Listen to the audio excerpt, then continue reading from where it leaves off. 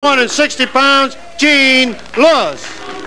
From Davenport, Iowa, weighing 235 pounds, Max Blue. From Edmonton, Canada, weighing 269 pounds, former world heavyweight champion, Gene Kiniski. From Topeka, Kansas, weighing 251 pounds, Art Cruz. From Albuquerque, New Mexico, weighing 232 pounds, Ricky Romero. Referee Lee Warren, Sonny Myers. So, a six-man tag elimination match, something unique on Wrestling at the Chase. It's Gene Kiniski, Art Cruz, and Ricky Romero against Max Blue, Roger Kirby, and Gene Lewis. Kiniski begins the action against Gene Lewis. Remember, there's no rest period between falls. The man who lost is out. He has to leave the ring. The man who won stays in. So it's really to the advantage of the team who lost the man to get somebody in there quickly to begin the action against whoever won the last fall. The quicker the better from their point of view. Kiniski with a forearm to the stomach of Lewis. Lewis with a forearm to the head of Kiniski. Kiniski bangs on the stomach of Lewis. Down goes Lewis. Big Gene Kiniski. He has to be thinking about Ric Flair right now, especially after he saw that tape of how Ric Flair lives. What a lifestyle. Flamboyant. Boy, that's an understatement when it comes to nature boy. Ric Flair, the world heavyweight champion. Has there ever been a greater contrast between two opponents than between Ric Flair and Gene Kiniski? Kiniski is tough and mean as they come. He has carved out a spot for himself in the wrestling history books, believe me. Tag made to Art Cruz. Cruz with the side headlock on Roger Kirby. He works over the head of Roger Kirby. Kiniski with that backbreaker is certainly something that Ric Flair has to look out for. He wants that title so bad. He'd love to win the championship one more time. And he's had that renewed enthusiasm, that extra drive, that extra something that really sets the equals apart. And when you get on the top level of any sport, be it wrestling, baseball, anything, between your top 20, 30, 40 people in that sport, physically, ability-wise, there's not much to choose between them. It often comes down to the mental aspect. And at this point, you have to wonder, after the trouble Ric Flair had with Dick the Bruiser, the Missouri State Champion, after the trouble Flair had with the Bruiser in that controversial match, the type of lifestyle he leads, is he burning himself out? You have to think that maybe now that mental edge is with Kiniski, wanting to win the gold belt, knowing what it would mean to his son Kelly, to his other boy Nick, to see that gold belt strapped around Gene's waist. What a goal it would set for them somewhere down the road, too, for Kelly and for Nick. If Gene, their father, could walk out of that ring against Ric Flair as the world heavyweight champion. He did it once before in St. Louis, and he did it against maybe the greatest ever when he beat Lou Thez. Can he do it against Flair? Kiniski from outside the ring pops Max Blue. Art Cruz bangs home a forearm. Here comes Ricky Romero. Romero with a shot to the head of Art Cruz. Romero, the shot to the head of Max Blue, was Art Cruz getting out of the way so he didn't get popped. Let's get that right. Flying tackle by Ricky Romero on Max Blue. Side headlock by Ricky. He rides Max Blue over. Art Cruz can hardly help but benefit from having these two guys as partners. Gene Kiniski and Ricky Romero, a lot of experience there. And it has to help a young man like Art Cruz as he tries to find out what works best for him and how to put all the talents together. Kiniski catches Blue coming off the ropes with a knee to the stomach. Big Thunder, the Canadian Avalanche, Gene Kiniski with a flying mare. Works the boot right across the face of Max Blue. Blue taking a battering at the hands of Gene Kiniski. Blue comes up, Kiniski catches him in the surfboard hold. Gene knows so many holds. He knows the rough stuff. He knows the scientific stuff. And all that means extra problems for Ric Flair because Kiniski has done it all. He knows it all. What can Flair do to hurt Kiniski? Kiniski's been through wars.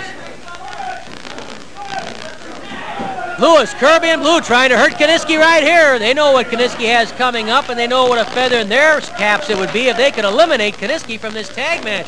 Oh, Kiniski turns around, clubs Kirby, clouts Lewis. Blue grabs Kiniski from behind. Lewis flails away at Kiniski. Here comes Ricky Romero.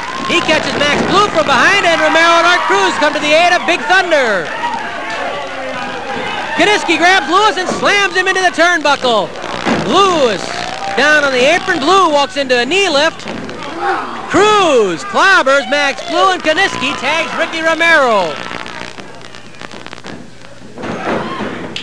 Romero catches Blue with a pop to the stomach. Oh! A flying splash by Ricky Romero, and Ricky Romero pins Max Blue. He's out of the match in 4 minutes and 40 seconds. So Max Blue's eliminated, but Lewis catches Romero, and Ricky Romero has been eliminated in 12 seconds. Romero's gone, so is Max Blue, and it's now a 4-man tag match. 5 minutes of elapsed, 15 minutes left. Oh, things can happen fast in that elimination tag match. Romero had just managed to pin Max Blue. Gene Lewis, what he did was legal. He came into the ring as soon as his partner was eliminated. He caught Romero by surprise, and then Lewis pinned Romero. So now it's Lewis and Kirby against Cruz and Kiniski, and that means the winner has to come out of some combination of those four, either Lewis and Kirby or one or the other, either Cruz and Kiniski or one or the other. Unless, of course, time expires, then it's a draw between who's ever left.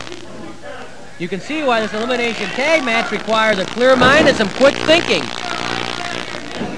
Romero was exposed, Romero was vulnerable, and Gene Lewis really took advantage of it after Romero had pinned Max Blue. Kirby covers Cruz, count of one. Cruz manages to get away from Roger Kirby. Kirby going for the suplex on Cruz. If he can get him up, yes he can. It's a low suplex, but still pretty effective. Kirby covers Cruz. Cruz kicks away. Kiniski yells, come on, tag, tag. Cruz has run into trouble against Roger Kirby and Gene Lewis. Lewis with a punch to the ribs. Flying mare by Gene Lewis on Art Cruz. Cruz reaches out. Kiniski yells at Cruz. Maybe a bit more politely than he would if it were his son Kelly in there even. Saying get over with his kid, he'd probably say, get over here. You've heard Gene talk about how he runs the house, haven't you?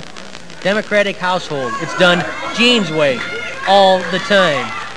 And that's why Nick and Kelly are such tremendous prospects and have been so successful in the amateur and in Kelly's case now the professional mats. Cruz's hair was pulled. Kiniski complaining. Sonny Myers may not have caught it. Kiniski get up on the ropes to make a tag with Cruz, and Lee Warren tells him his feet have to be down on the apron. Kiniski knew it. He knows the rules. He knew it. But it was worth a try. Maybe the referee wouldn't see it.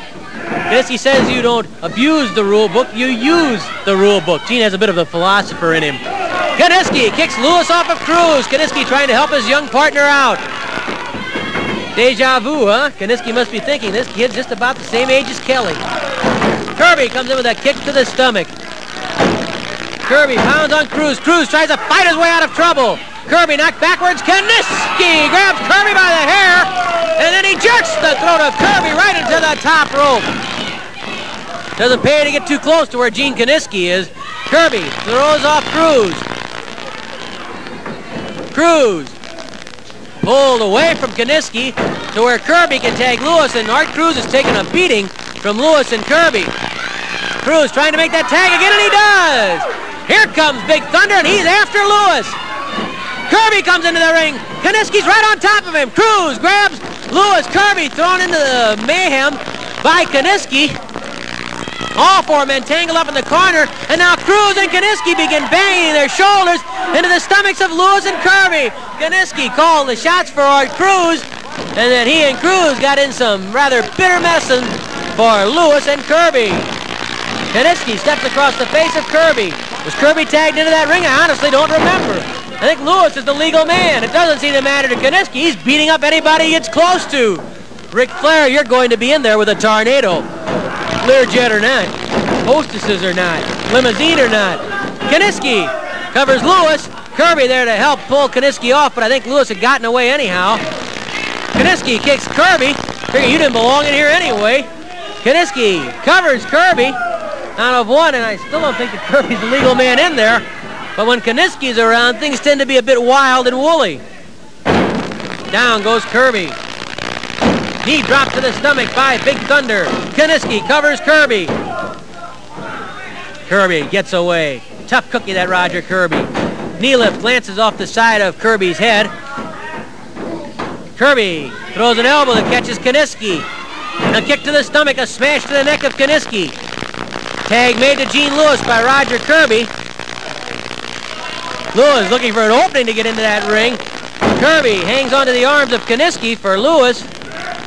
A forearm smash to the neck by Gene Lewis on Gene Kiniski. Kiniski, he likes the Donnybrook.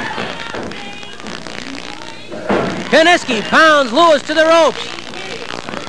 A forearm right into the stomach, and Lewis is tangled up with the cables. Kiniski bangs away with that knee on Gene Lewis. 10 minutes have expired, 10 minutes left. 10 minutes have passed, and Gene Kiniski certainly gave his partner Art Cruz a good position to come into. Lewis been banged around that ring. He was tangled up in the ropes. Lewis slammed into the turnbuckle, but then Lewis catches Cruz, gouged the eyes. A forearm smash knocks Cruz down. Tag made to Roger Kirby. Come on, Art, yells Kiniski. And Cruz gets in a bit of trouble. Throws a punch to the stomach of Kirby.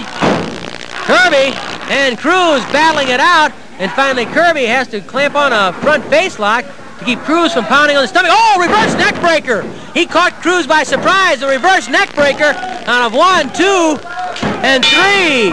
And in 5 minutes, 42 seconds, Art Cruz has been eliminated in 5:42. That leaves Kiniski on his own against Kirby and Lewis.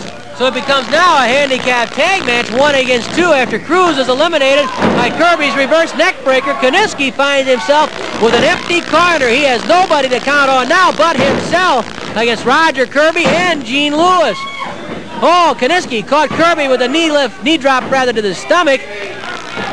Kiniski knows he's up against it now, a real target for Kirby and Lewis. Tag made to Lewis. Kiniski ducks. Oh! Lewis and Kirby run into each other, and Kirby's knocked right out of the ring. Lewis was tagged in. Kiniski with a knee drop to the stomach on Lewis. Count of 1, 2, 3. Lewis is eliminated in 45 seconds. Lewis eliminated in 45 seconds. Look at Kiniski. He's right on top of Kirby when Kirby tried to get back into the ring. Gene Kiniski grabs Roger Kirby, tosses him to the ropes, flips him up and over the top. Roger Kirby still resting maybe on the laurels of his victory over Kerry Von Erich recently. Kiniski nails Kirby with a backbreaker. Kiniski covers Kirby. That's it! Roger Kirby eliminated in 23 seconds by Gene Kiniski. And